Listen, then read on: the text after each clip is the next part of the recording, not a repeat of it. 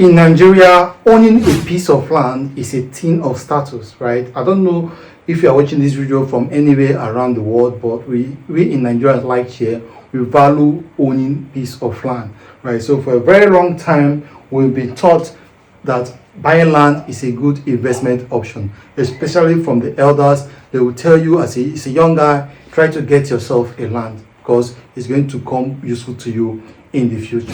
I know that most of you guys that are watching this video might be like, what am I talking about? Don't click out. I promise you that by the time you watch this video from the very beginning to the very end, you will agree with me that right now, depending on your stage of life, buying land might not be the best idea in 2026. In case you are seeing me for the first time, my name is Ezekiel Wachuku, and basically what we do in this channel, this is called Chart King. What we do right here is we talk about personal finance and then we talk about trading. Now, let's just go straight into the video. First of all, before you want to buy land, you want to ask yourself, what are your reasons? Right now, if one of your reasons of buying the land is one, pride, right? Now, so a few might be buying land out of pride without even knowing it.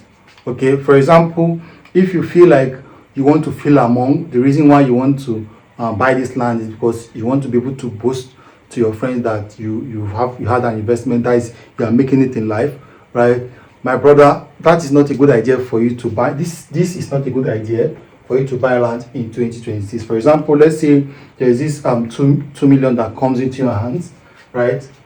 Let's say there's this 2 million naira, right, that comes into your hands, and for whatever reason you decide that you want to invest it on buying land. If your reason for buying this land, for spending 2 million to buy land, is because probably you want to start, you are thinking of wanting to maybe build house in the next 5 or 10 years, right? You are hoping that maybe in the next 5 or 10 years the land might have appreciated, and by then you might not be able to afford it. Maybe you are afraid, right? You're afraid that probably the next 10 years that place will have developed and the land right there, you might no longer be able to afford it. So you want to just to buy it right now and start developing it maybe 5 or 10 years later.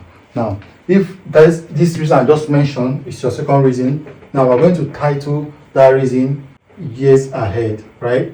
Let's say years ahead, right? Is you are going to start developing the land years ahead. You're planning to probably build your personal house right there, right? And right now you are within the age of 20 to maybe 40. You are within that age bracket. Now, this is not a good idea, right? I know a lot of us will have been deceived, right?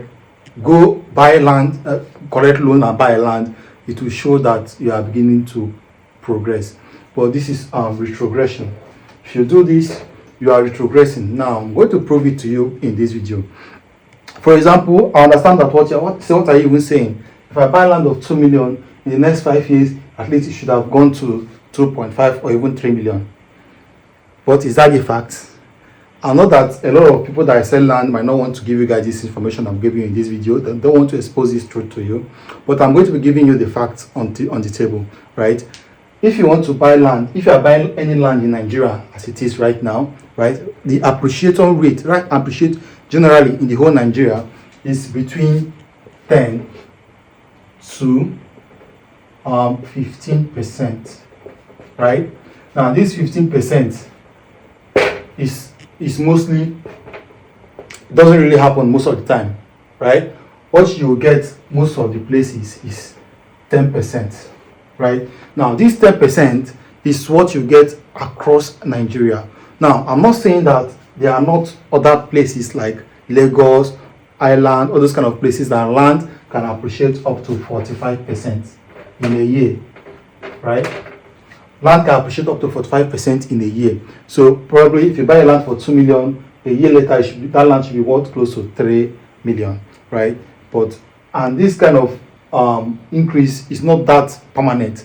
It's only when probably there is government investment that's coming to that area, or there's one big massive company that is coming to that area, then the land might start appreciating by this, and it's not very stable. So let's just clean the rest because of this is not stable and it's not reality for most Nigerians. Now, this is what is the reality for most Nigerians. Okay, let's say you bought the land for 2 million, right? And then you say to yourself, maybe start building 5 years from now, or maybe 10 years from now. By that time, the land might have appreciated, right, and add more value. Now, going by 10% increase, okay, what you realize is that this land, in the next 10 years, let's say it is adding 2,000, 10% of 2,000 is 200,000, right?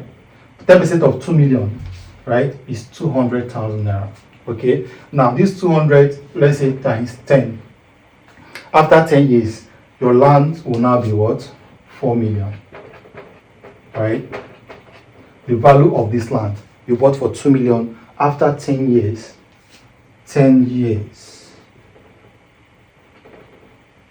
right? The land will now be what? 4 million. But do you know that depending on how you got this 2 million, right, the chances of you getting to that 10 years is very slim. The chances of you allowing this money, right, to stop in this land for 10 years is very slim, depending on how you raised the money. If, for example, you raise the money via loan, okay, and right now you are earning 80,000 naira, right, and then you are not paying, let's say you are paying, let's just say you are paying 30,000, but most likely what you pay is 50% of what you earn. That's most likely what you're going to pay. Let's just say you're paying 50%, right? Which is 40,000 naira, right? Now this is not 40 naira, just 40,000. I hope you understand what I'm. Okay, let me just put it 40k, right? Now you are paying 40k per month. Now what this have done to you is it has affected your what? Your income. This has affected your income and has made you what? Poorer. Remember, this capital is now tied down, right? It has become dormant capital. And even when you want to sell it, the chances of you even selling it for this 4 million is still very hard, because immediately you want to sell land, that's when you realize that you are not going to sell it exactly the value that is worth at that moment. Anybody that wants to buy it might be going for 3.5 or 3.8. But I'm going to teach you something today in this video, something that some of you might be hearing for the very first time. So I'm going to be teaching you something that you might be hearing for the very, very first time. Now, as a young guy that have access to 2 million, whatever means the 2 million came to your hand, and then you are thinking what to do with it. You don't want to waste it. You don't want to flex with it, right? You're probably thinking of getting two things, either car, land, or renting a good apartment. But this is what you can do. There's a concept that differentiates the rich from the poor. Now, this concept affects everybody, wherever you are in a junction of making a financial decision, right? Now, the concept I'm talking about is called cash flow and asset acquisition. Now, I know that a lot of you or some of you might be hearing about this for the first time, but this here is what differentiates the rich from the poor. Now, the rich is concerned about cash flow. The poor is concerned about asset acquisition. The rich is thinking about growing money, because cash flow has to do with growing your money and always staying liquid. Whereas asset acquisition has to do with carrying out expenses. Why the rich always carry out expenses from the leftover from the cash flow, the poor always target asset acquisition. For example, you got your first 2 million, right? Now, what I'm going to be telling you guys in this video is out of experience, right? It's because of the mistake I've made in the past that I wish someone watching me right now will not repeat, right? right? Because growing up, we've been lied to that buying land is one of the best things that can happen to you. Whereas staying liquid, right, cash flow is one of the best things that can actually happen to you. Now, if you go ahead and buy land, what you have done is that you have acquired an asset, and that asset is what is a diminishing asset. Now, for example, if you buy this land for 2 million, you spent 2 million to acquire land. Now you are making 10%, right, per year. You are getting 10% per year, but do you also know that you are also losing 15% per year to what is called inflation, right? Inflation, as at today, as I'm speaking to you right now, in Nigeria, January of 2026, is at what? 15.15% per year. I know that it might drop, according to the statistics, it might drop to 14% in the first quarter, but we are going to work with the current reality on ground, which is what? 15%. So if you are losing 15% and getting 10%, what does it mean? It means that you are at a loss of what? 5%. So for every time you buy a land, you are losing 5% of that fund for every year you stay without making use of that land. Now, it's going to be a different ball game if this land, you are using it to generate what? Right? For example, you have the land and then you are using it for renting. It's giving you some form of income, probably you are farming on it, or it is generating income for you. Now, you can overtake all of this. All of this is no longer going to be an issue for you because the asset is now generating income. It is now contributing to what? To your cash flow. Right? Now, what is the right decision to take? Because right now you know that all you have is just what? It's just this 2 million. And you don't have an idea of anything to do on the land. Right? You don't even know what to do with it. What you're hoping for is probably 5 to 6, 10 years from now, I'll be able to raise money to what? To build on the land. This is what you can do. This 20 million, if you put it on MMF, money market funds, right? Money market funds is going to give you between 20 to 23% per year. Now, this is on the high end. Some other places like the Stanbic IBDC, right? That's going to be giving you like 17% per year, right? So, but we are going to be working with this figure, which is 20%, because definitely you're going to get, this is the average of what you're going to be getting, right, per year. Now, if you are making 20%, right? Let's say you are making 20%, right, on this value. You're making 20% per year. What does that tell you? That means you will be making 200k every year on this money. I remember this funds is liquid because you can actually withdraw it anytime. Now, this is what we call cash flow. Cash flow has to do with coming in and going out of funds. But the moment you put it on an asset that is not generating you any income, what you have done is that you have successfully tied down your progress. Your progress in life, you have tied it down. And then, if for whatever reason you are paying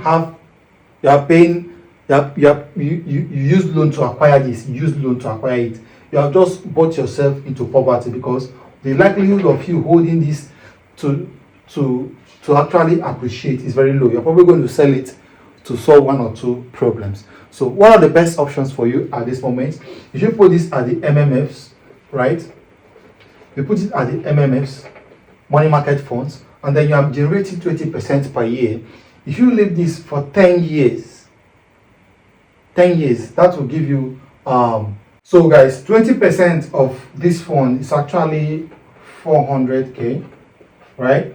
Now, if you multiply this by 10, this is going to give you 4m, right? Now, that means in 10 years, right?